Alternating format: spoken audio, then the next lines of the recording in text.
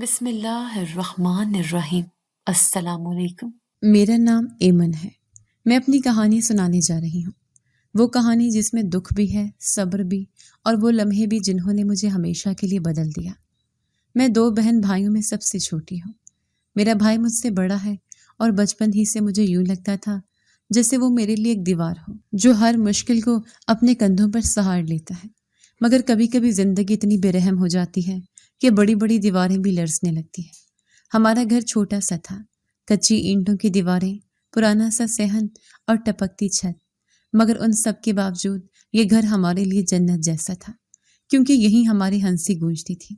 یہی وہ جگہ تھی جہاں اماں اور ابا کی محنت کے رنگ جھلکتے تھے۔ ابا مزدور تھے، صبح سویرے کام پر جاتے اور شام ڈھلنے کے قریب خالی ہاتھوں کے ساتھ لوٹنا ان کے لیے باعث شرمندگی ہوتا، مگر وہ اکثر خالی ہاتھ لوٹتے نہیں تھے۔ وہ دن بھر کی تھکن کے ساتھ ساتھ تھوڑا سا راشن ضرور لاتے، کبھی آٹے کا چھوٹا سا تھیلا، کبھی کچھ سبزیاں اور کبھی چند سوکھی روٹیاں۔ انہی چیزوں سے ہمارے گھر کا چولہا جلتا تھا۔ میں نے کئی بار سوچا کہ ابا کی جھریوں والے چہرے پر جو تھکن ہوتی ہے وہ کتنی گہری ہے۔ وہ شام کو جب گھر میں داخل ہوتے تو اماں کی نظریں فوراً ان کے ہاتھوں کی طرف جاتی۔ کیا لائے ہو آج؟ یہ جملہ اماں کے لبوں پر آتے ہی ابا ہلکی سی مسکراہٹ کے ساتھ تھیلا بڑھا دیتے۔ اماں کے چہرے پر اطمینان سا آ جاتا، جیسے دنیا کی سب سے بڑی دولت مل گئی ہو۔ میں جانتی ہوں یہ سب کچھ بہت کم تھا۔ ہم دوسرے گھروں کے بچوں کی طرح کبھی کھلونا نہیں لے سکے، نہ نئے کپڑے، نہ کسی طرح کی آسائش، مگر ہمارے دل ہمیشہ شکر گزار رہتے۔ اماں اکثر کہتی، ایمن بیٹی، ہم غریب ہیں مگر بھوکے نہیں سوتے، یہ اللہ کی بڑی مہربانی ہے۔ میں چپ چاپ سر ہلا دی تھی اور سوچتی کہ واقعی یہ سب کچھ بھی کسی نعمت سے کم نہیں۔ لیکن اماں کے دل میں ایک اور خواہش پلتی تھی، وہ خواب جو اکثر ان کی آنکھوں میں جھلکتا۔ وہ اکثر ابا سے کہتی، میرا دل چاہتا ہے کہ کبھی اپنا گھر ہو، ایک ایسا گھر جہاں ہم اپنی مرضی سے سانس لے سکیں، جہاں یہ چھت ٹپکے نہیں، جہاں کسی کے در پر ہاتھ پھیلانے کی ضرورت نہ ہو۔ ان کی آواز میں ہمیشہ ایک کسک ہوتی تھی اور ابا ہمیشہ ایک ہی جواب دیتے، صبر رکھو، ایک نہ ایک دن اللہ ضرور سن لے گا۔ میں ان دونوں کے درمیان بیٹھ کر یہ سب سنتی تھی۔ میرے دل میں ایک عجیب سا خوف ہوتا کہ اگر اللہ نے یہ دعا نہ سنی تو، لیکن پھر فوراً اپنے دل کو سمجھاتی کہ نہیں، اللہ تو سب سنتا ہے۔ اس وقت میں چھوٹی تھی، مگر میری آنکھوں نے وہ سب دیکھا تھا جو شاید کئی بڑے بھی نہ دیکھ پاتے۔ میں اکثر شام کو دروازے کے قریب کھڑی ہو کر ابا کا انتظار کرتی۔ جب وہ آتے تو میں ان کے ہاتھوں کا تھیلا پکڑ کر انہیں اندر لے جاتی۔ ایک دن میں نے پوچھا، ابا آپ تھک نہیں جاتے؟ وہ ہنس پڑے، بیٹی مزدور کی تھکن ہی اس کی کمائی ہے، جب تک سانس چلتی ہے تھکن بھی ساتھ چلتی ہے۔ میں خاموش ہو گئی۔ اس دن مجھے لگا جیسے ابا دنیا کے سب سے بہادر آدمی ہیں۔ اماں کبھی کبھی رات کو آسمان کی طرف دیکھتی اور آہستہ سے کہتی، یا اللہ کب ہماری زندگی بدلے گی، کب یہ دن جائیں گے۔ میں ان کے قریب بیٹھ کر ان کا ہاتھ پکڑ لیتی۔ وہ میری طرف دیکھ کر مسکرا دیتی، مگر ان کی آنکھوں میں آنسو چھپے ہوتے۔ ہمارے گھر میں غربت تھی، مگر اس غربت میں بھی ایک سکون تھا، وہ سکون جو دعا سے آتا ہے، وہ سکون جو شکر گزاری سے ملتا ہے۔ مگر دل کے کسی کونے میں ایک انجانا سا خوف بھی تھا، جیسے آنے والے دن آسان نہیں ہوں گے، جیسے ہمارے صبر کا امتحان ابھی باقی ہے۔ میری کہانی یہیں سے شروع ہوتی ہے۔ میں جانتی نہیں تھی کہ یہ چھوٹے چھوٹے خواب ایک دن کتنی بڑی حقیقتوں کے سامنے بکھر جائیں گے، مگر اس وقت تک میں صرف ایک ہی ننھی لڑکی تھی جو اپنے ابا کی انگلی پکڑ کر دنیا کو محفوظ سمجھتی تھی اور اپنی اماں کی دعاؤں میں سب کچھ جیتا ہوا دیکھتی تھی۔ یہ سب یاد کرتے ہوئے آج بھی میرے دل میں ایک لرزہ سا دوڑ جاتا ہے، کیونکہ وہ دن بھلے ہی غربت میں ڈوبے ہوئے تھے، مگر ان میں عزت اور سکون کی روشنی تھی، اور یہ روشنی جلد ہی اندھیروں میں گھرنے والی تھی۔ ایک دن شام کے وقت اماں چولہے کے پاس بیٹھی سبزی کاٹ رہی تھی۔ میں ان کے پاس بیٹھی کھیلنے لگی۔ اچانک انہوں نے آہستہ آواز میں کہا، ایمن بیٹی، لڑکیاں ہمیشہ پرائی ہوتی ہیں، ماں کا دل چاہے یا نہ چاہے ایک دن انہیں رخصت کر دینا پڑتا ہے۔ میں حیران رہ گئی، ان کی آنکھوں میں نمی تھی۔ وہ بات جاری رکھتے ہوئے بولی، شادی کے وقت لوگ جہیز مانگتے ہیں، میں جانتی ہوں ہمارے پاس کچھ بھی نہیں، کبھی کبھی ڈر لگتا ہے کہ تیرے ابا تیرے لیے کیا کریں گے۔ ابا اس وقت کمرے کے دروازے کے قریب بیٹھے تھے۔ انہوں نے اماں کی باتیں سن لی تھی، مگر کچھ نہیں کہا، بس خاموشی سے سر جھکائے بیٹھے رہے۔ ان کی یہ خاموشی میرے لیے کسی تیز دھار چاقو کی طرح تھی، کیونکہ میں جانتی تھی کہ وہ اندر ہی اندر کٹ رہے ہیں۔ اس دن پہلی بار مجھے احساس ہوا کہ غربت صرف پیٹ بھرنے کا مسئلہ نہیں، یہ تو زندگی کے ہر رشتے کو، ہر خواب کو چھیلنے لگتی ہے۔ اماں کے دل میں میری شادی کی فکر بیٹھ گئی تھی۔ وہ اکثر کپڑوں کے پرانے صندوق کو کھول کر دیکھتی اور سوچتی کہ کون سا دوپٹہ کس دن کے کام آ سکتا ہے۔ کبھی میرے پرانے کپڑوں کو تہہ کر کے رکھتی اور آہستہ آہستہ کہتی، یہ بھی شاید جہیز میں دے سکوں۔ میرا بھائی ابا کے ساتھ مزدوری پر جانے لگا۔ صبح سویرے وہ دونوں گاؤں کے دوسرے مردوں کے ساتھ نکلتے اور شام گئے لوٹتے۔ ان کے ہاتھوں میں چھالے پڑنے لگے تھے، مگر وہ خوش رہتا۔ ایک دن میں نے بھائی سے کہا، اتنی محنت کیوں کرتے ہو؟ اس نے مسکرا کر جواب دیا، اگر میں ابا کے ساتھ نہ جاؤں تو وہ اکیلے سب کچھ کیسے سنبھالیں گے؟ پھر ہنستے ہوئے بولا، ہم دونوں ساتھ ہوں تو گھر کے لیے 2 روٹیاں زیادہ آ جائیں گی۔ یہ سن کر میرا دل بھر آیا۔ میں نے محسوس کیا کہ غربت کے باوجود ہمارے گھر میں ایک چیز کبھی کم نہیں ہوئی، اور وہ تھی ایک دوسرے کے لیے قربانی دینے کی طاقت۔ ابا اگرچہ ہمیشہ خاموش رہتے، لیکن ان کی آنکھیں سب کچھ کہہ دیتی تھیں۔ مزدوری سے لوٹ کر جب وہ گھر آتے اور اماں کو فکر مندی سے میرا چہرہ دیکھتے تو ان کی آنکھوں میں ایک سوال چھپا ہوتا، جیسے وہ جاننا چاہتے ہوں کہ کل کے دن کے لیے میں محفوظ ہوں یا نہیں۔ وہ سوال کبھی زبان پر نہیں آتا، مگر دل کو چیر جاتا۔ اگلے دن بھائی کے ساتھ ایک واقعہ پیش آیا۔ وہ مزدوری سے لوٹتے ہوئے رستے میں ٹھوکر کھا کر گر گیا۔ اس کے ہاتھ سے اینٹوں کی ٹوکری گر گئی اور وہ خود بھی زخمی ہو گیا۔ ابا نے فوراً اسے سہارا دیا اور کہا، بیٹا، میں چاہتا ہوں کہ تو پڑھائی کرے، مزدوری نہ کر۔ مگر بھائی نے مسکراتے ہوئے کہا، ابا، اگر میں نہ کروں تو آپ کو اکیلا کون سنبھالے گا؟ ان دونوں کے درمیان یہ مکالمہ سن کر میری آنکھوں سے آنسو نکل آئے۔ گھر میں محبت کا یہ حال تھا کہ ہر شخص دوسرے کے لیے اپنی خواہش قربان کر دیتا۔ اماں اپنی بیماری چھپاتی تاکہ ابا پریشان نہ ہو، ابا اپنی تھکن چھپاتے تاکہ اماں فکر مند نہ ہو، بھائی اپنے خواب چھپاتا تاکہ گھر کا خرچ چلتا رہے، اور میں اپنی کمزوری چھپاتی تاکہ سب کو حوصلہ دے سکوں۔ ایک شام اماں نے میری چوٹی بناتے ہوئے آہستہ سے کہا، ایمن، اگر کبھی اللہ نے ہمیں موقع دیا تو میں تیرے لیے سرخ کپڑوں کا جوڑا ضرور بناؤں گی۔ میں نے ہنس کر کہا، اماں، مجھے جو بھی پہناؤ گی وہی سب سے خوبصورت ہوگا۔ مگر ان کی آنکھیں بول رہی تھیں کہ وہ اپنے خواب کو پورا نہ کر سکیں گی، مگر اندر ہی اندر میں جانتی تھی کہ یہ سکون عارضی ہے۔ اماں کی فکر بڑھتی جا رہی تھی، ابا کی خاموشی بھاری ہوتی جا رہی تھی، اور بھائی کی معصوم مسکراہٹ کے پیچھے ایک جدوجہد چھپی تھی۔ زندگی ہمیں کسی بڑے امتحان کے لیے تیار کر رہی تھی۔ میں نے کہا تھا کہ ہماری زندگی کسی بڑے امتحان کی طرف بڑھ رہی تھی۔ وہ امتحان بہت جلد ہمارے دروازے پر آن کھڑا ہوا۔ آسمان پر بادل چھائے تو گاؤں کے سبھی لوگ خوش ہوئے، لیکن یہ خوشی زیادہ دیر قائم نہ رہ سکی۔ بارشیں دنوں تک جاری رہیں۔ پہلے دن سب نے سوچا کہ اللہ کی رحمت ہے، کھیتوں میں سبزہ اگے گا، مگر تیسرے دن پانی کھیتوں سے نکل کر راستوں میں بہنے لگا، ندی نالے ابل پڑے، اور وہی پانی ہمارے گاؤں کے صحنوں تک آن پہنچا۔ ابا اور بھائی روز مزدوری کے لیے نکلتے، لیکن ہر جگہ پانی ہی پانی تھا۔ جس جگہ اینٹیں ڈھوئی جاتی تھیں وہاں اب دلدل بن چکی تھی۔ جو مکان بن رہے تھے وہ آدھے ڈوب گئے تھے۔ مزدوروں کے لیے کوئی کام باقی نہیں رہا۔ ابا شام کو خالی ہاتھ لوٹتے اور بھائی ان کے پیچھے چپ چاپ چلتا۔ گھر کا راشن تیزی سے ختم ہونے لگا۔ پہلے دن اماں نے باقی آٹا بچا کر پتلی روٹیاں پکا لی، دوسرے دن صرف دال پانی میں ڈال کر شوربہ بنایا، تیسرے دن چولہے میں کچھ نہ رہا۔ اماں نے چپ چاپ چولہے پر پانی رکھا تاکہ دھواں نکلتا رہے اور محلے والے سمجھیں کہ کچھ پک رہا ہے۔ میں نے پوچھا، اماں، یہ کیوں کر رہی ہیں؟ وہ بولی، بیٹی، کبھی کبھی بھوک سے زیادہ عزت بچانی پڑتی ہے۔ چوتھے دن صبح ہی سے گھر میں عجیب سا سکوت تھا۔ ابا چرپائی پر لیٹے چھت کو دیکھ رہے تھے، بھائی دروازے کے پاس بیٹھا مٹی میں لکیر کھینچ رہا تھا۔ اماں کے چہرے پر فکر کی لکیریں مزید گہری ہو گئی تھیں۔ اسی دوران مسجد کے لاؤڈ سپیکر سے آواز گونجی۔ مؤذن اعلان کر رہا تھا، سب اہل گاؤں کو اطلاع دی جاتی ہے کہ سرکاری دفتر میں راشن تقسیم ہو رہا ہے، جو ضرورت مند ہو وہاں جا کر راشن حاصل کریں۔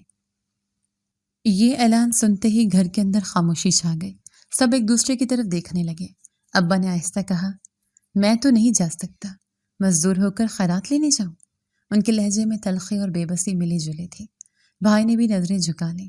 اماں نے ایک نظر میری طرف ڈالی۔ میں نے فوراً سمجھ لیا کہ ان کے دل میں کیا ہے۔ انہوں نے کہا، ایمن بیٹی، جا تو صحیح، تیری ضرورت ہے، بھائی اور ابا تھکے ہوئے ہیں، جا کے تھوڑا سا راشن لیا۔ میرا دل زور سے دھڑکا۔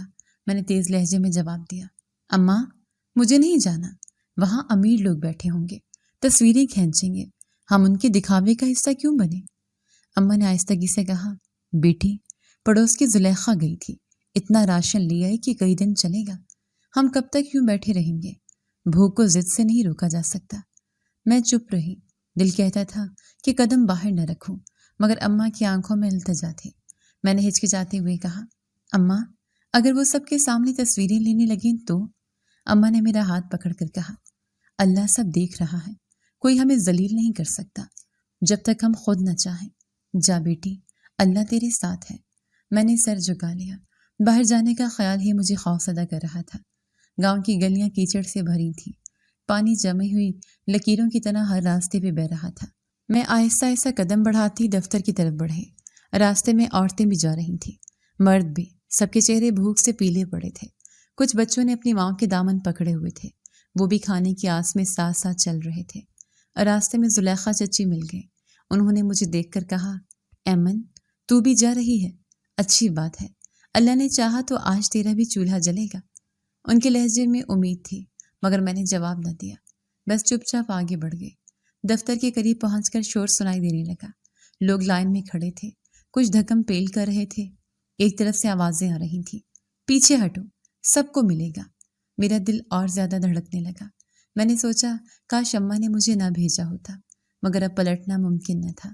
میں نے اپنے آپ کو مضبوط کرنے کی کوشش کی، دل ہی دل میں دعا کی، یا اللہ مجھے سب کے سامنے ذلیل ہونے سے بچا لے۔ پھر میں آہستہ آہستہ قطار کی طرف بڑھی۔ لوگوں کے درمیان سے گزرتے ہوئے مجھے احساس ہوا کہ بھوک کس طرح انسان کو مجبور کر دیتی ہے۔ ہر چہرے پر ایک ہی سوال لکھا تھا، آج کھانے کو ملے گا یا نہیں؟ میں نے پیچھے مڑ کر دیکھا، گاؤں کی کئی عورتیں میرے ساتھ کھڑی تھیں۔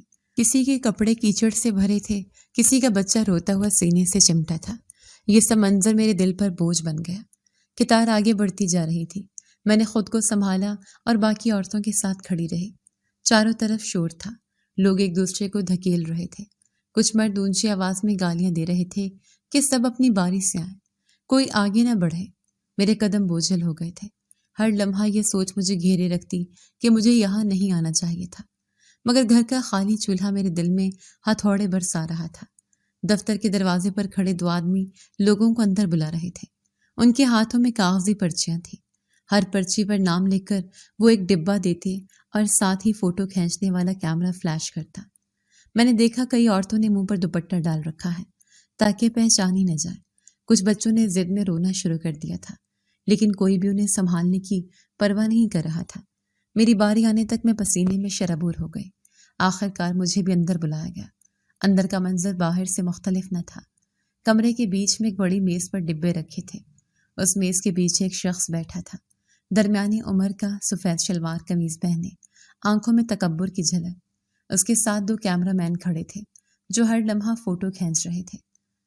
کمرے کی دیوار پر بڑی سی تختی لگی تھی جس پر لکھا تھا، غریب عوام کی خدمت۔ یہی وہ لمحہ تھا جب میری آنکھیں اس سیٹ پر پڑیں۔ لوگوں نے بتایا اس کا نام اجمل ہے۔ وہ ہاتھ میں ڈبہ اٹھا کر مسکراتا اور کیمرے کی طرف دیکھ کر فوٹو کھنچواتا، پھر وہ ڈبہ لینے والے کو دیتا اور دوسرے پر بڑھ جاتا۔ ہر بار اس کے انداز میں غرور جھلکتا۔ بالآخر وہ لمحہ آ گیا۔ سیٹھ اجمل نے ڈبہ اٹھایا اور میری طرف نظر ڈالی۔ اس کی نگاہوں میں عجیب سی چمک تھی۔ اس نے ڈبہ آگے بڑھایا۔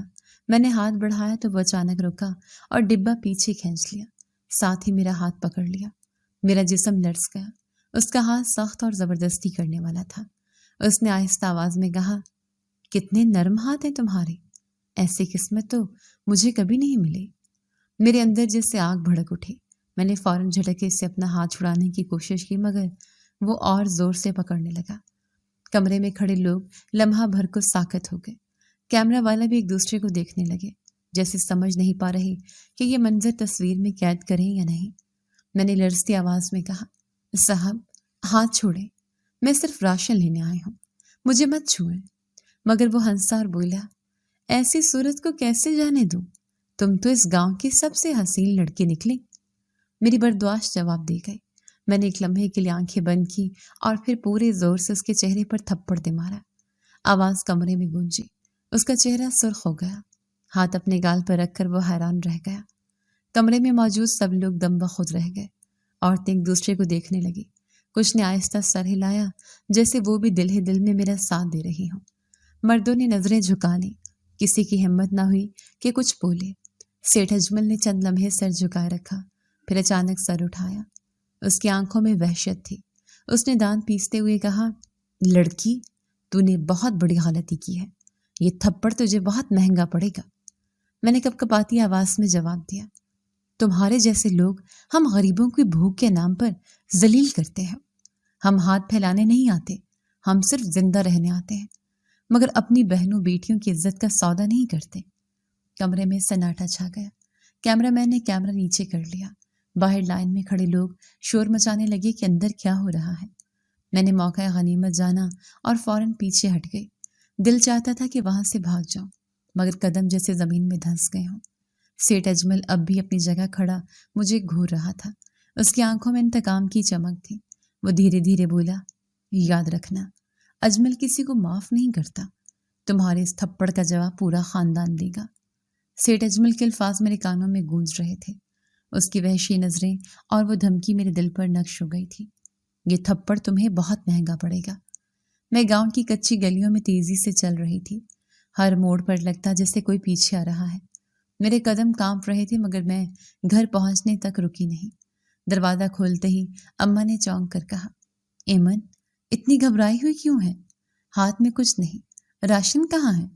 میں بس چارپائی کے قریب بیٹھ گئی۔ دل چاہتا تھا کچھ نہ کہوں، مگر اماں کی آنکھوں کے سوال برداشت نہ ہوئے۔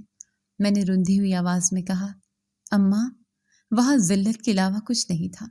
وہ سیٹھ اجمل راشن بانٹنے کے بہانے عورتوں کو چھوتا ہے۔ اس نے میرا بھی ہاتھ پکڑا۔ اماں کا چہرہ سرخ ہو گیا۔ استغفار، اس گاؤں میں کوئی بیٹی محفوظ نہیں رہی، میں نے سسکتے ہوئے بتایا۔ میں نے اسے تھپڑ مار دیا، مگر وہ بولا کہ اس کا بدلہ پورا خاندان بھگتے گا۔ اماں نے فوراً مجھے سینے سے لگا لیا۔ بیٹی، جو کیا صحیح کیا، مگر اب اللہ ہی ہمیں بچا۔ ابا شام کو گھر لوٹے تو اماں نے ساری بات بتا دی۔ ابا کا رنگ فک ہو گیا۔ وہ خاموشی سے زمین پر بیٹھ گئے۔ بھائی غصے سے بولا، میں کل جا کر اجمل کو دیکھ لوں گا۔ وہ ہماری بہن کو ہاتھ لگانے کی جرت کیسے کر سکتا ہے؟ ابا نے ہاتھ اٹھا کر اسے روک دیا۔ بیٹا، اس کا سامنا کرنا آسان نہیں۔ وہ پیسے اور طاقت والا ہے۔ ہم مزدور لوگ اس کی دشمنی مول نہیں لے سکتے۔ اگلے ہی دن انتقام کی جھلک دکھائی دینے لگی۔ بھائی صبح مزدوری کے لیے گیا مگر ٹھیکیدار نے صاف انکار کر دیا۔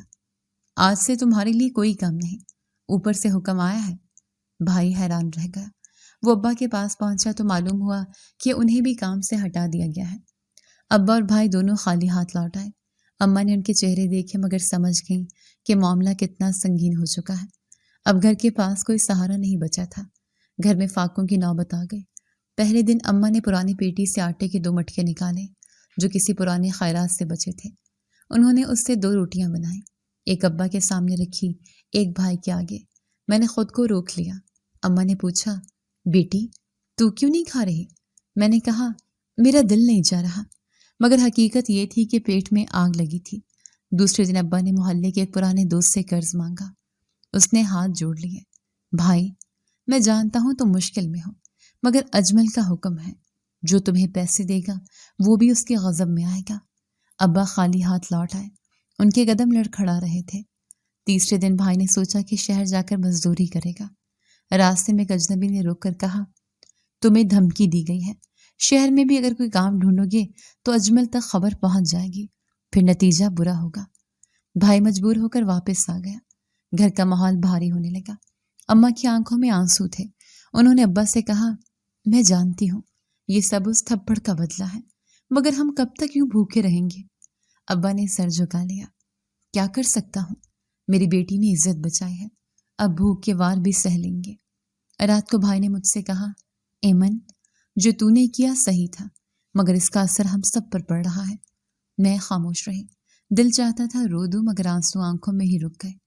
چوتھے دن اماں نے پرانے صندوق سے 1-2 چادریں نکالی اور گاؤں کے بیوپاری کو بیچ جائیں۔ اس سے جو چند سکے ملے ان سے تھوڑا سا آٹا خریدا۔ مگر یہ سہارا چند دن کا ہی تھا۔ محلے والے اب ہم سے کترانے لگے تھے۔ کوئی گھر کے قریب آ کر بات نہیں کرتا۔ سب جانتے تھے کہ اجمل سے ٹکر لینے کا مطلب اپنے آپ کو مصیبت میں ڈالنا ہے۔ ایک عورت نے اماں سے کہا، باجی تمہاری بیٹی نے حوصلہ دکھایا ہے، مگر اجمل کسی کو چھوڑتا نہیں، تم لوگ محتاط رہو۔ گھر کے صحن میں ہر رات سناٹا چھا جاتا۔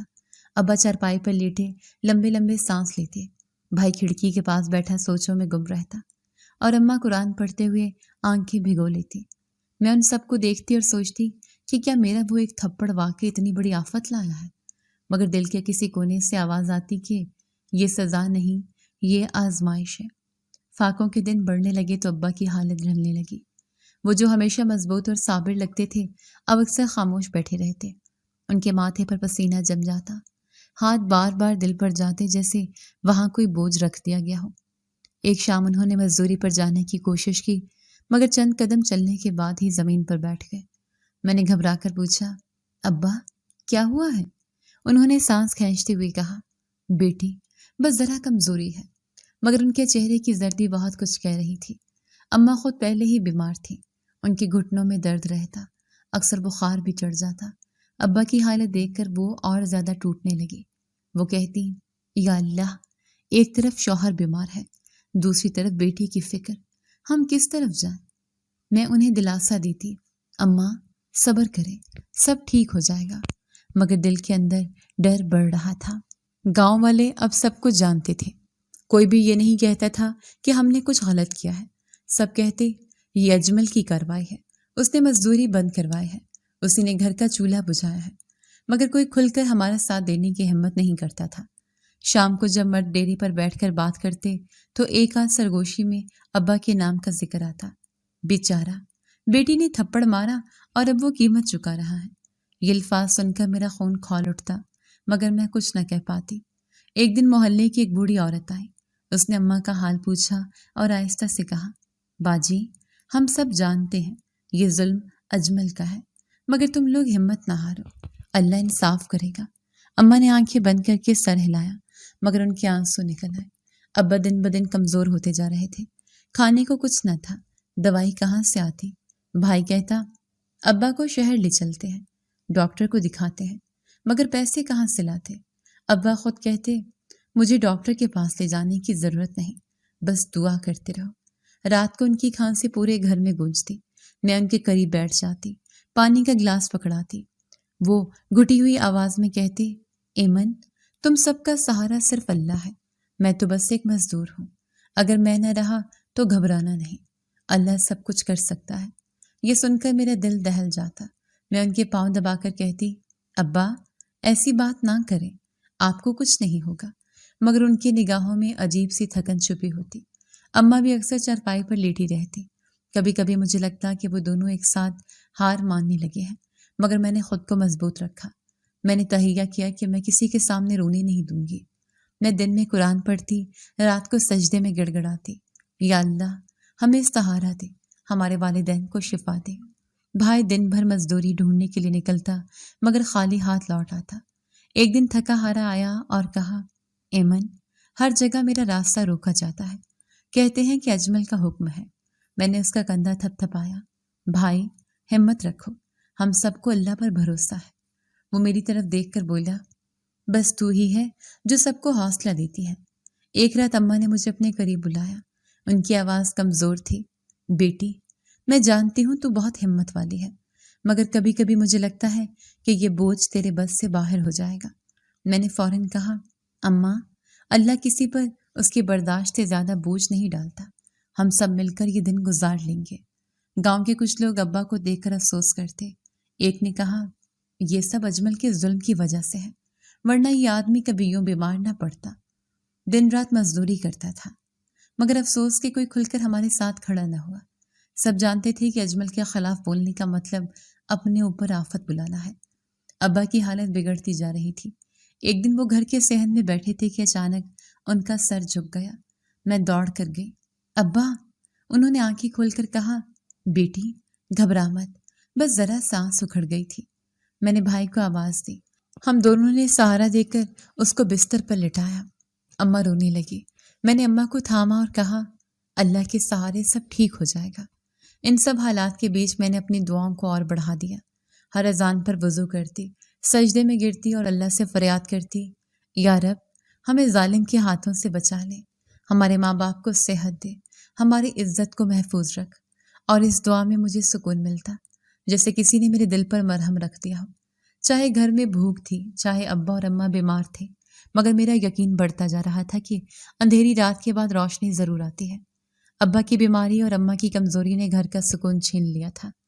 بھائی دن بھر مزدوری کے لیے نکلتا، مگر ہر دروازے پر جواب ملتا۔ گھر میں فاقوں کا سلسلہ بڑھ رہا تھا۔ ایسے میں محلے کی عورتیں کبھی دلاسا دیتی، کبھی ہمدردی جتاتی۔ ایک دن دوپہر کو دروازے پر دستک ہوئی۔ میں نے دروازہ کھولا تو سامنے وہی عورت کھڑی تھی جو اکثر ہمارے گھر آتی تھی۔ اس کا نام رقیہ تھا۔ اس کی آنکھوں میں ہمدردی بھی تھی اور کچھ عجیب سا راز بھی۔ وہ اندر آ کر چارپائی پر بیٹھ گئی، اماں کے پاس جھک کر بولی، باجی میں دیکھ رہی ہوں کہ تمہارے گھر کے حالات دن بدن خراب ہو رہے ہیں۔ ابا بھی بیمار ہے، بیٹا بھی ہاتھ بندھے بیٹھا ہے، ایسے میں کب تک بھوک برداشت کرو گی؟ اماں نے آہستہ کہا، اللہ بڑا ہے، وہی سہارا ہے۔ رقیہ نے گہرا سانس لیا اور مجھے دیکھتے ہوئے بولی، ایمن بیٹی ایک بات سن لو، اگر حالات سے نکلنا چاہتی ہو تو تمہیں اجمل کے پاس جانا ہوگا۔ وہ چاہے کیسا بھی ہے مگر اختیار اسی کے پاس ہے۔ وہ چاہے تو تمہارے ابا اور بھائی کو دوبارہ مزدوری دلوا سکتا ہے۔ میرے جسم میں آگ سی بھڑک اٹھی۔ میں نے سخت لہجے میں کہا، نہیں، میں کبھی اس کے پاس نہیں جاؤں گی۔ رقیہ نے حیران ہو کر پوچھا، کیوں بیٹی؟ ایک بار جا کر بات تو کر لو، ہو سکتا ہے وہ رحم کر دے۔ میں نے دو ٹوک جواب دیا، میں اپنی عزت کبھی نہیں بیچوں گی۔ جس شخص نے سب کے سامنے میرا ہاتھ پکڑا، جس نے دھمکی دی، میں اس کے سامنے کیوں جاؤں؟ رقیہ نے سر جھٹکا اور کہا، یہ ضد ہے اور ضد بھوک نہیں مٹاتی، سوچ لو، آخر کار تمہیں اسی دروازے پر جانا ہوگا۔ یہ کہہ کر وہ اٹھ گئی۔ اماں نے آنکھوں سے اشارہ کیا کہ میں کچھ نہ کہوں۔ میں چپ رہی مگر دل میں آگ جلتی رہی۔ رات کو گھر میں سناٹا تھا۔ ابا کی ہلکی کھانسی کے ساتھ سو رہے تھے، بھائی تھکن سے نڈھال چارپائی پر لیٹا ہوا تھا اور اماں خاموشی سے تسبیح پڑھ رہی تھی۔ میں کمرے کے کونے میں جا کر بیٹھ گئی۔ دل میں بار بار وہی وسوسہ اٹھتا، اگر واقعی کوئی حل نہ نکلا تو کیا ہوگا؟ کیا میں مجبور ہو کر اس ظالم کے پاس جاؤں گی؟ میری آنکھوں سے آنسو بہنے لگے۔ میں نے وضو کیا اور جائے نماز بچھا کر اللہ کے حضور کھڑی ہو گئی۔ سجدے میں جاتے ہی میرے ہونٹوں سے نکل پڑا، یا اللہ مجھے اس آزمائش سے بچا لے، میرا ایمان مت توڑ، مجھے کسی ظالم کے سامنے نہ جھکانا۔ میں تیری بندی ہوں، میں نے اپنی عزت تجھ پر چھوڑ دی ہے۔ میں دیر تک روتی رہی، لفظ ختم ہو گئے مگر آنسو نہ رکے۔ ہر ہچکی کے ساتھ دل کی بوجھل کیفیت ہلکی ہونے لگتی۔ میں نے کہا، یا رب تو ہی رازق ہے، تو ہی محافظ ہے، اگر تو نے چاہا تو ہم بھوکے بھی جیت لیں گے مگر ذلیل ہو کر نہیں۔ سجدے سے سر اٹھایا تو دل کو کچھ سکون ملا۔ اندھیرے کمرے میں مجھے لگا جیسے کوئی میرے قریب کھڑا ہے، جیسے کسی نے میرا ہاتھ تھام کر کہا ہو، حوصلہ رکھو، میں تمہارے ساتھ ہوں۔ صبح جب سورج نکلا تو میری آنکھیں سوجی ہوئی تھیں مگر دل میں عزم نیا تھا۔ اماں نے پوچھا، بیٹی رات کو جاگی رہی تھی؟ میں نے مسکرا کر جواب دیا، اماں دعا میں رات گزر گئی، اللہ سے فریاد کی ہے، وہی ہماری دعا سنے گا۔ بھائی نے میرا چہرہ دیکھ کر کہا، ایمن لگتا ہے تو نے کوئی فیصلہ کر لیا ہے۔ میں نے ہاں میں سر ہلایا۔ ہاں، میرا فیصلہ یہ ہے کہ ہم کسی ظالم کے آگے ہاتھ نہیں پھیلائیں گے، چاہے کچھ بھی ہو جائے۔ گاؤں میں باتیں پھیلنے لگیں کہ رقیہ نے مجھے اجمل کے پاس جانے کا مشورہ دیا ہے۔ کچھ عورتیں سرگوشی میں کہتی، شاید اب ایمن بھی ہار مان لے، مگر میں نے دل میں تہیہ کر لیا تھا کہ میں کبھی ہار نہیں مانوں گی۔ اسی دن شام کو ایک واقعہ ہوا۔ دروازے پر کوئی چپکے سے کچھ رکھ کر چلا گیا۔ میں نے باہر جا کر دیکھا تو وہاں ایک تھیلا تھا، اس میں آٹا اور چاول تھے۔ میں حیران رہ گئی۔ اماں نے کہا، شاید یہ اللہ کی طرف سے مدد ہے۔ میرا دل یقین سے بھر گیا کہ اللہ نے میری دعا سن لی ہے۔ اس رات میں نے پھر دعا کی، اے رب میرا ایمان مضبوط کر، مجھے ظالم کے جال میں نہ پھنسنے دینا۔ اور یوں مجھے لگا کہ اندھیروں میں روشنی کی کرن جھلکنے لگی ہے۔ اس رات کے بعد جیسے ہماری قسمت نے ایک نیا موڑ لیا۔ اگلی صبح سورج پوری روشنی کے ساتھ نکلا تو میں حسب عادت صحن صاف کرنے کے لیے باہر نکلی۔ دروازے کے قریب کچھ پڑا دیکھ کر میرے قدم رک گئے۔ قریب جا کر دیکھا تو ایک تھیلا رکھا تھا۔ میں نے چونک کر وہ اٹھایا۔ تھیلے میں آٹا، چاول اور کچھ دال تھی۔ دل تیزی سے دھڑکنے لگا۔ اماں کو دکھایا تو ان کی آنکھوں میں حیرت جھلکنے لگی۔ وہ بولی، یہ کہاں سے آیا؟ میں نے کہا، پتہ نہیں اماں، دروازے پر رکھا تھا۔ ابا چارپائی سے اٹھ کر بیٹھ گئے۔ کسی نے مدد کی ہے، شکر کرو۔ مگر میرے دل میں شک سا جاگ اٹھا۔ میں نے دھیرے سے کہا، کہیں یہ اجمل کی چال تو نہیں؟ اماں نے فوراً جواب دیا، بیٹی اتنی بدگمانی نہ کر، ہو سکتا ہے اللہ نے کسی کو وسیلہ بنایا ہو۔ میں خاموش رہی مگر دل کا خوف کم نہ ہوا۔ اس دن اماں نے بہت دن بعد چولہا جلایا، دال پکنے کی خوشبو پھیلی تو گھر میں جیسے جان آ گئی۔ ابا نے پہلا لقمہ کھاتے ہوئے کہا، اللہ کا کرم ہے۔ بھائی نے بھی سکون کا سانس لیا۔ کئی دن بعد سب نے پیٹ بھر کر کھانا کھایا۔ اگلے دن پھر وہی منظر دہرایا گیا۔ میں صبح باہر نکلی تو دروازے پر ایک اور تھیلا رکھا تھا۔ اس بار اس میں گھی کی ڈبی اور سبزیاں بھی تھیں۔ میں تھیلا اٹھا کر اندر لائی تو اماں کے چہرے پر روشنی آ گئی، مگر میرا شک مزید بڑھ گیا۔ میں نے کہا، یہ کوئی عام بات نہیں، کوئی ہمیں دیکھ رہا ہے۔ ابا نے کہا، بیٹی غریب کی مدد بھی کبھی کسی کو کھٹکتی ہے، شاید کسی نے دل میں رحم ڈال دیا ہے۔ کئی دن تک یہی ہوتا رہا۔ روز صبح دروازے پر ایک تھیلا رکھ دیا جاتا، کبھی تھوڑا آٹا، کبھی چاول، کبھی سبزی۔ گھر کا چولہا پھر جلنے لگا۔ اماں خوش تھیں کہ ابا اور بھائی کو بھوکا نہیں سونا پڑے گا۔ میں کھانا کھاتے ہوئے بار بار سوچتی کہ آخر یہ سب بھیج کون رہا ہے۔ چند دن گزرے تو سکون سا آنے لگا۔ ابا کی حالت ذرا سنبھل گئی، اماں کے چہرے پر بھی کچھ رنگ لوٹ آیا۔ بھائی کہتا، اب گھر کی فکر کم ہو گئی ہے۔ مگر اسی رات ہمارے دروازے پر پیغام آیا۔ ایک لڑکا آیا اور ابا کو کہا، سیٹھ اجمل نے پیغام بھیجا ہے، اگر دوبارہ کام چاہیے تو اپنی بیٹی کو بھیجو۔ وہ سن کر ابا جیسے پتھر کے بن گئے۔ لڑکے نے 2 بار پیغام دہرایا اور چلا گیا۔ کمرے میں سناٹا چھا گیا۔ اماں نے سر جھکا لیا، بھائی نے مٹھی بھینچ لی اور میں نے دل ہی دل میں کہا، یہی تھا میرا شک، یہ سب اجمل کی چال تھی۔ میں نے ابا کی طرف دیکھ کر کہا، ابا کچھ مت کیجیے، یہ سب اسی نے بھیجا ہے تاکہ ہمیں جھکائے۔ ابا کی آواز بھاری ہو گئی۔ میں اپنی بیٹی کو کسی کے آگے نہیں جھکاؤں گا، چاہے کام نہ ملے، چاہے بھوکے رہے۔ بھائی نے غصے سے کہا، ابا اس کا حساب لینا ہوگا۔ مگر ابا نے فوراً اسے روک دیا، بیٹا دشمن طاقتور ہے، ہم غریب لوگ ہیں، اس کے مقابلے پر جانا نقصان دے گا۔ اماں کی آنکھوں میں آنسو آ گئے۔ انہوں نے کہا، بیٹی تو نے سچ کہا تھا، یہ راشن کسی کا رحم نہیں، یہ آزمائش ہے۔ میں نے اماں کا ہاتھ پکڑ کر کہا، اماں ہم اللہ سے مدد مانگیں گے، اجمل جتنا بھی طاقتور ہو اس کے سامنے ہمارا رب ہے۔ اگلے دن صبح جب پھر تھیلا ملا تو اماں نے کہا، یہی وہ طریقہ ہے جس سے وہ ہمیں دھوکے میں رکھنا چاہتا ہے۔ میں نے تھیلا اٹھا کر ایک طرف رکھ دیا اور کہا، میں اسے ہاتھ نہیں لگاؤں گی۔ ابا نے کہا، بیٹی بھوک بڑی چیز ہے۔ میں نے کہا، ابا عزت اس سے بڑی ہے۔ اس دن میں نے دل میں تہیہ کر لیا کہ اب یہ راز جاننا ہے، روز صبح دروازے پر تھیلا رکھ کر جانے والا آخر ہے کون؟ اماں نے کہا، بیٹی چھوڑ دے، کیوں اپنی جان ہلکان کر رہی ہے؟ اللہ نے وسیلہ بنایا ہے تو بس شکر کر۔ مگر میرا دل مطمئن نہیں تھا۔ میں نے سوچا، اگر یہ واقعی اجمل کی جال ہے تو ہمیں بروقت پتہ ہونا چاہیے۔ اگلی صبح میں نے جلدی آنکھ کھول لی۔ فجر کی اذان کے بعد ہی میں نے چادر اوڑھی اور آہستہ سے دروازے کے قریب جا بیٹھی۔ صحن اندھیرے میں ڈوبا ہوا تھا اور باہر گلی میں بھی سناٹا تھا۔ اماں اور ابا سو رہے تھے، بھائی بھی تھکن کے مارے گہری نیند میں تھا۔ میں نے دروازے کی جھری سے باہر جھانکنا شروع کر دیا۔ کافی دیر کچھ نہ ہوا۔ میں سوچنے لگی شاید آج کوئی نہیں آئے گا، لیکن سورج کی پہلی کرن نکلنے ہی والی تھی کہ مجھے آہٹ سنائی دی۔ کوئی دبے پاؤں آ رہا تھا۔ میرا دل تیزی سے دھڑکنے لگا۔ میں نے سانس روک کر دیکھا۔ ایک دبلا پتلا سا لڑکا کندھے پر تھیلا ڈالے چپکے سے آیا، دروازے کے پاس تھیلا رکھا اور پلٹنے لگا۔ اس کا چہرہ دیکھ کر میں چونک گئی۔ یہ وہی لڑکا تھا جسے میں نے برسوں پہلے گاؤں میں دیکھا تھا۔ نام اس کا رامش تھا۔ بچپن میں سب کے ساتھ کھیلتا، پھر اچانک ایک دن اس کے والدین نے بتایا کہ وہ شہر جا رہا ہے پڑھنے کے لیے۔ اس کے بعد کبھی پلٹ کر گاؤں نہیں آیا۔ اب یہی میرے دروازے پر کھڑا تھا۔ میں نے دل ہی دل میں کہا، یہ رامش ہے؟ مگر یہ اتنے راشن کے تھیلے کہاں سے لا سکتا ہے؟ میرا شک بڑھ گیا۔ میں نے ہمت کی اور آہستہ سے دروازہ کھول دیا۔ رامش نے چونک کر پیچھے دیکھا۔ اس کی آنکھوں میں حیرت تھی، جیسے وہ رنگے ہاتھوں پکڑا گیا ہو۔ میں نے سرد لہجے میں کہا، یہ سب تم کر رہے ہو؟ اس نے نظریں جھکاتے ہوئے کہا، ہاں لیکن میں چاہتا تھا کہ تمہیں معلوم نہ ہو۔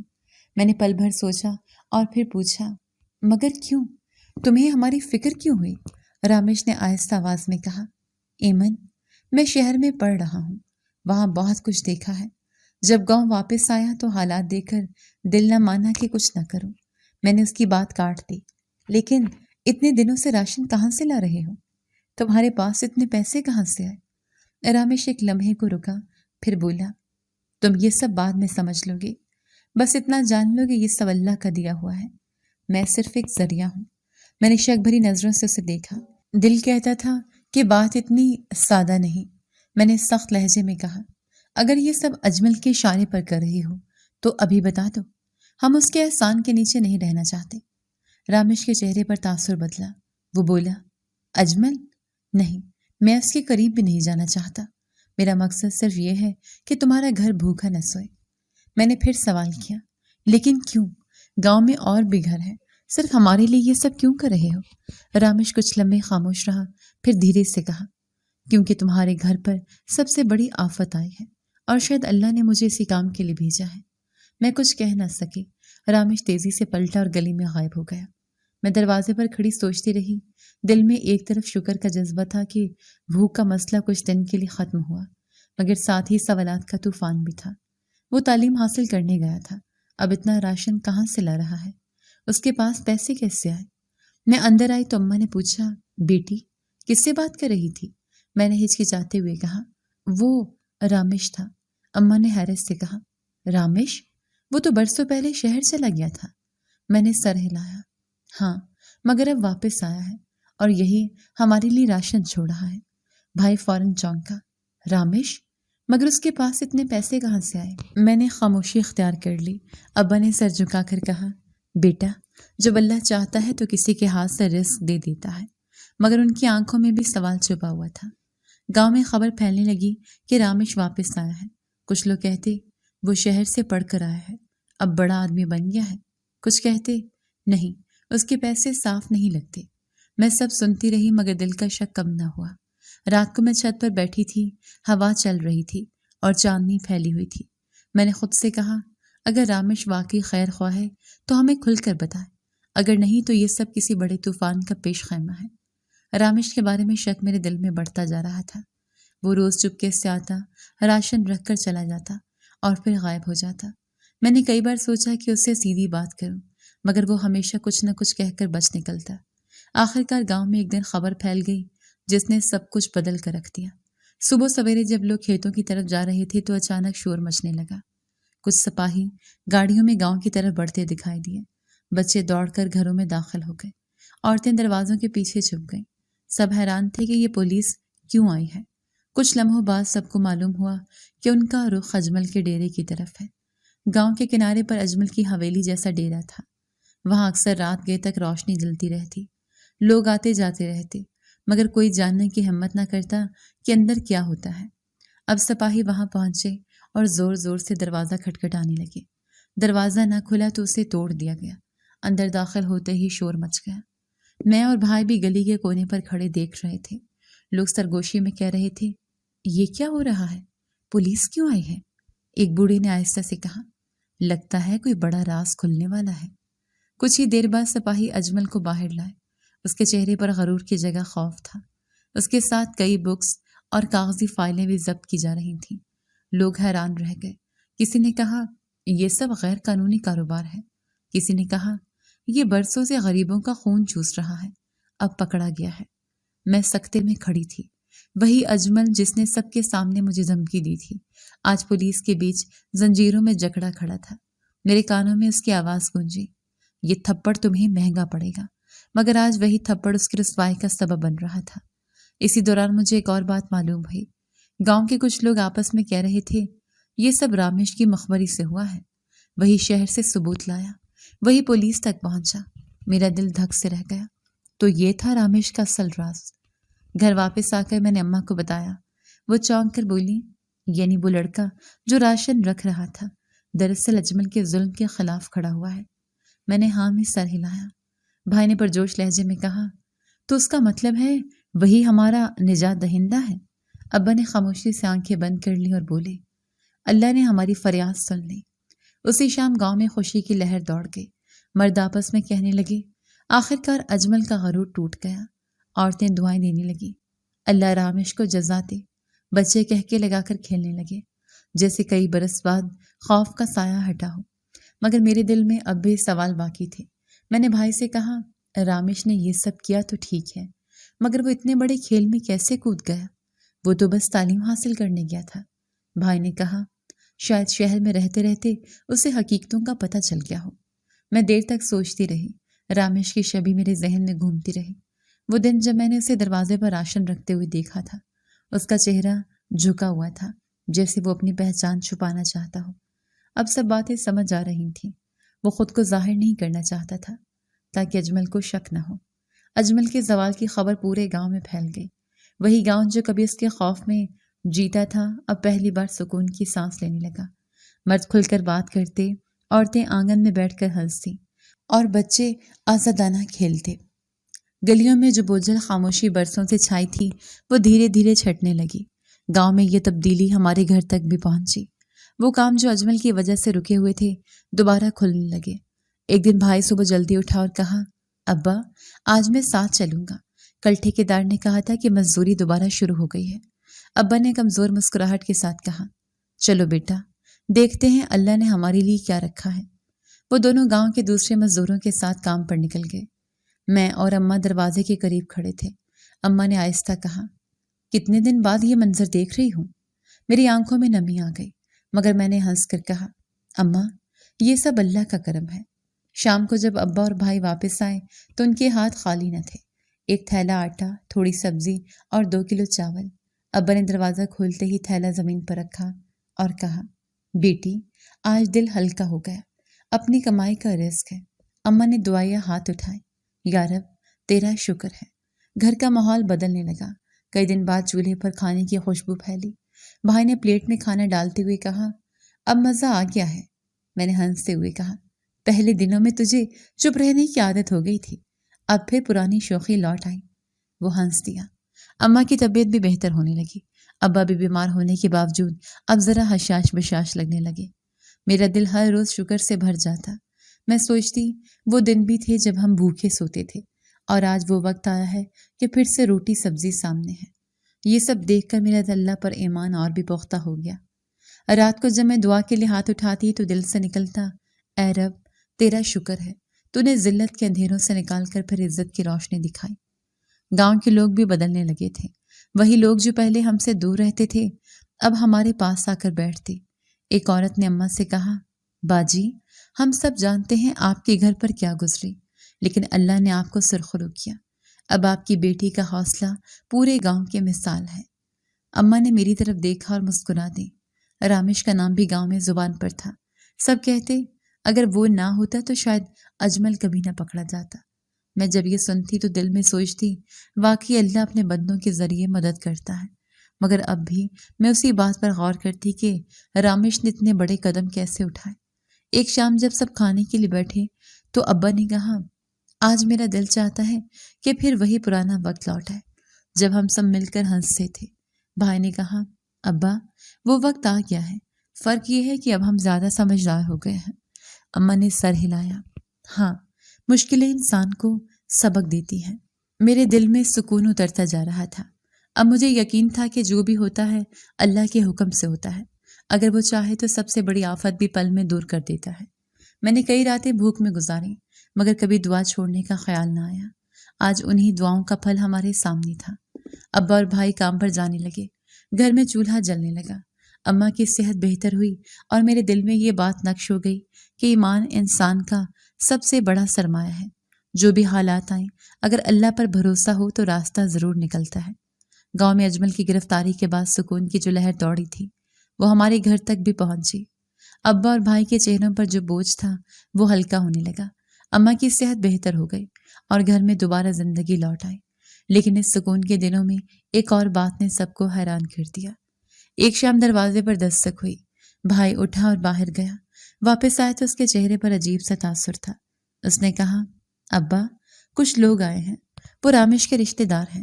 ابا نے چونک کر پوچھا، رامش کے رشتے دار کیا چاہتے ہیں؟ بھائی نے آہستہ جواب دیا، وہ رامش کا رشتہ لے کر آئے ہیں۔ کمرے میں خاموشی چھا گئی۔ اماں نے میری طرف دیکھا، ان کی آنکھوں میں سوال تھا۔ ابا نے گہری سانس لی اور کہا، انہیں اندر بلاؤ۔ چند لمحوں بعد رامش کی ماں اور ایک بزرگ خاتون اندر آئی۔ وہ سیدھا آ کر اماں کے پاس بیٹھ گئیں اور بولیں، بہن، ہم جانتے ہیں آپ کے دن کیسے گزرے۔ رامش نے سب کچھ بتایا۔ وہ چاہتا ہے کہ ایمن اس کے گھر کی رونق بنے۔ اماں نے نظریں جھکائیں۔ ابا نے خاموشی سے میری طرف دیکھا۔ میں نے دل کی دھڑکن تیز ہوتے محسوس کی۔ اماں نے دھیرے سے کہا، بہن، آپ جانتی ہیں ہم غریب لوگ ہیں، ہمارے پاس دینے کو کچھ نہیں۔ رامش کی ماں نے فوراً جواب دیا، ہمیں کچھ نہیں چاہیے، رامش صرف ایمن کو چاہتا ہے۔ ابا نے تھوڑے توقف کے بعد کہا، یہ فیصلہ ایمن کا ہے۔ سب کی نظریں مجھ پر آ گئیں۔ دل میں کئی یادیں گونجنے لگیں۔ وہ دن جب رامش نے چپکے سے ہمارے دروازے پر راشن رکھا، وہ لمحہ جب گاؤں والوں نے بتایا کہ وہ اجمل کے خلاف کھڑا ہوا، اور وہ وقت جب ہماری بھوک کا سہارا بنا۔ اماں نے میرا ہاتھ تھام کر پوچھا، بیٹی، تیرا کیا فیصلہ ہے؟ میری آنکھوں میں آنسو بھر آئے۔ میں نے دھیرے سے کہا، اماں، اگر آپ اور ابا راضی ہیں تو میری طرف سے ہاں ہے۔ کمرے میں جیسے روشنی پھیل گئی۔ اماں کی آنکھوں میں چمک آ گئی۔ ابا نے شکر ادا کیا۔ رامش کی ماں نے کہا، اللہ آپ سب کو خوش رکھے۔ رامش نے کہا تھا کہ ایمن کے بغیر وہ اپنی زندگی کا سوچ بھی نہیں سکتا۔ اس دن کے بعد ہمارے گھر کا ماحول اور بھی بدل گیا۔ اماں جہیز کی فکر چھوڑ کر کہنے لگی، میری بیٹی کا نصیب ہی اس کا جہیز ہے۔ ابا مطمئن ہو گئے کہ ان کی بیٹی کو عزت اور سہارا ملے گا۔ بھائی خوشی سے کہتا، اب تو لگتا ہے گھر میں پھر سے عید آ گئی ہے۔ چند دنوں میں سادگی کے ساتھ نکاح کی تیاری ہوئی۔ گاؤں کے لوگ اکٹھے ہوئے۔ سب حیران تھے کہ جس گھر پر کبھی بھوک کا سایہ تھا، وہاں آج خوشیاں اتر آئی ہیں۔ کسی نے کہا، یہ اللہ کی قدرت ہے، جو چاہے لمحوں میں بدل دے۔ نکاح کے دن اماں نے میرا ہاتھ پکڑ کر کہا، بیٹی، میں نے ہمیشہ چاہا کہ تیری شادی عزت کے ساتھ ہو۔ آج اللہ نے وہ خواہش پوری کر دی۔ میری آنکھوں سے آنسو بہنے لگے، مگر دل سکون سے بھر گیا۔ ابا نے نکاح کے بعد سب کے سامنے کہا، میں نے زندگی میں ہمیشہ یہ جانا کہ طاقتور کے آگے جھکنے کی بجائے اللہ کے آگے جھکنا بہتر ہے۔ آج میری بیٹی کی عزت سلامت ہے اور وہ اپنے گھر کی ہو گئی۔ گاؤں کے لوگ مبارکباد دینے آئے۔ سب نے کہا، ایمن کی ہمت اور رامش کی سچائی نے سب کو سبق دیا ہے۔ اس دن کے بعد میری زندگی نے نیا موڑ لیا۔ میں نے دل ہی دل میں کہا، واقعی اللہ کے فیصلے سب سے بہترین ہیں۔ جب سب راستے بند ہوتے ہیں تو وہی نیا راستہ دکھاتا ہے۔ اور پھر میں جیسے ناظرین کو اپنی کہانی سنا رہی تھی، میں نے آخر میں کہا، اگر اللہ پر یقین ہو تو بڑی سے بڑی مشکل بھی آسان ہو جاتی ہے۔ میں نے یہ اپنی آنکھوں سے دیکھا ہے۔ بھوک، ذلت، خوف سب آیا، مگر جب دعا اور صبر پر قائم رہے تو اللہ نے نیا آغاز بخش دیا۔ مشکلیں اور آزمائشیں انسان کو توڑ نہیں سکتی، اگر اس کا ایمان اللہ پر مضبوط ہو۔ عزت و صبر کے ساتھ جینے والا آخرکار سرخرو ہوتا ہے، چاہے حالات کتنے ہی کٹھن کیوں نہ ہوں۔ جی تو دوستو، کیسی لگی آپ کو ہماری آج کی کہانی؟ اپنی رائے کا اظہار ہمارے کمنٹس باکس میں ضرور کیجیے گا، اور اگر آپ کو ہماری ویڈیو پسند آئی ہے تو کر لیجیے ہمارے چینل کو سبسکرائب، ویڈیو کو لائک اور بیل آئیکن لازمی پریس کر لیجیے، تاکہ ہر نئی آنے والی ویڈیو کا نوٹیفیکیشن آپ کو بر وقت موصول ہو سکے۔ ملتے ہیں ایسی ہی ایک سبق آموز کہانی کے ساتھ، تب تک کے لیے اللہ نگہبان۔